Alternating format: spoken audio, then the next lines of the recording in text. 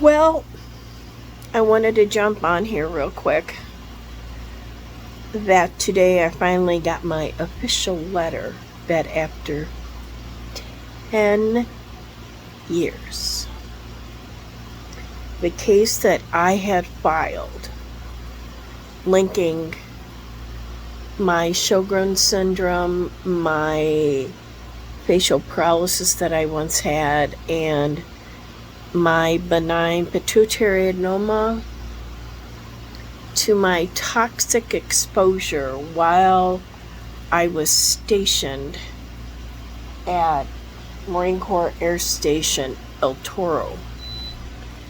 It came in today. Now, one day last week, I received a deposit from the VA of $7,000 and some dollars, and I'm like, oh, okay. That means they made a decision, obviously in my favor because I got money. And when I talked to the VA like the next day, they said, well, that is a partial. And I went, okay. So, but having worked, had to come get my water, having worked with veterans and their claims, I couldn't figure out what percentage I was getting because it was a partial payment. Okay. And, sorry.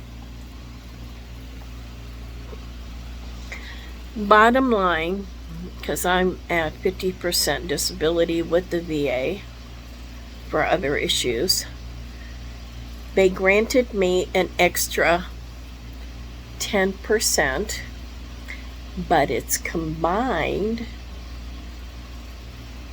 Okay. And they gave it to me for Raynaud's, that's where you have nerve damage in your fingers and toes and they turn white and bluish, and especially in winter, of course. And they gave me 10% combined for that. I'm still at 50%. They did not grant me anything else. So, guess what? 10 years of filing the claim, finding proof that I was exposed to the chemicals at El Toro, and they have it on record. So I didn't have to really do a lot of legwork, but I did. And every time I heard something new, I downloaded it and sent it into my case. All going to doctor's appointments. I had to drive 90 miles one way to Eau Claire a few months ago just for a blood test for them. 90 miles. Okay, but I did it. They tell me to drive all the way out to New London, Wisconsin, in the middle of Bohunk nowhere. I drove in winter in my little hoop-de-billy car that I got. So I get 10% combined, and I'm still at 50%. Now, the only advantage to that recognition is the fact that I could go to a VA hospital for free treatment because it's now service connected. The Raynaud's is now service connected to me,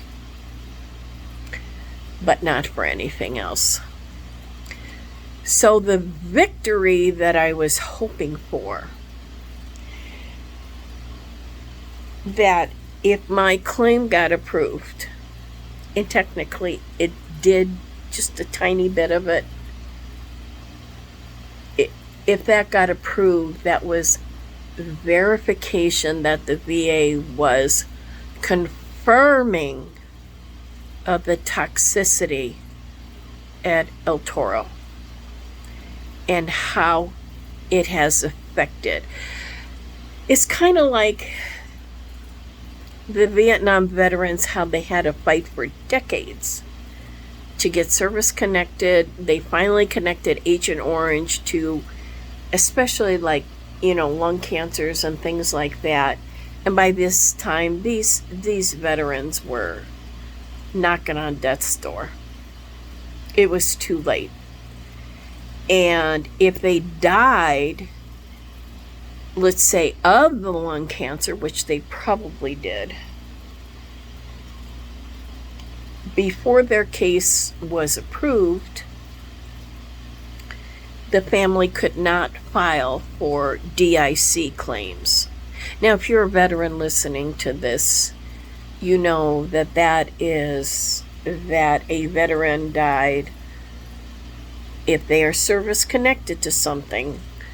If they died, let's say, of the lung cancer caused by Agent Orange, if their case did not get approved upon the time of their death, the family cannot claim DIC, death indemnity coverage.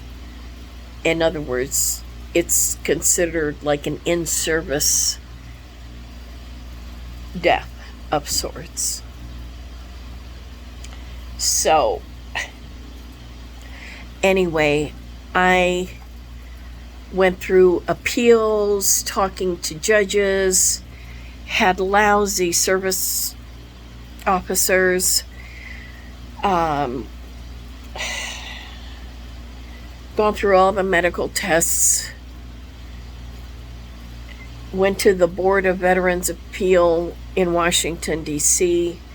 My case was fast-tracked because I was forced to file bankruptcy, so I still had to wait 10 years, even it being fast-tracked. 10 years to get 10% inclusive, combined, you should say, and I'm still at 50%. Now, I'm blessed that I am alive.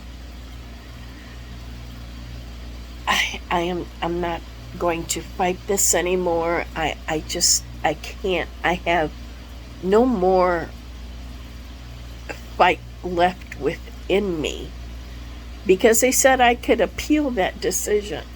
I'm not doing this anymore. I can't. I'm tired. I am tired.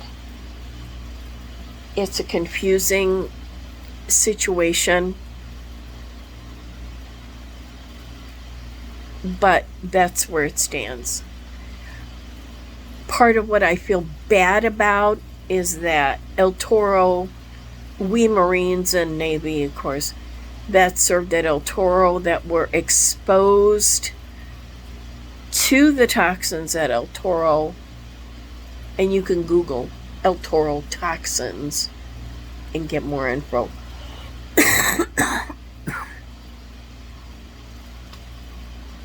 I'm done. I'm tired. I just want to live my life now.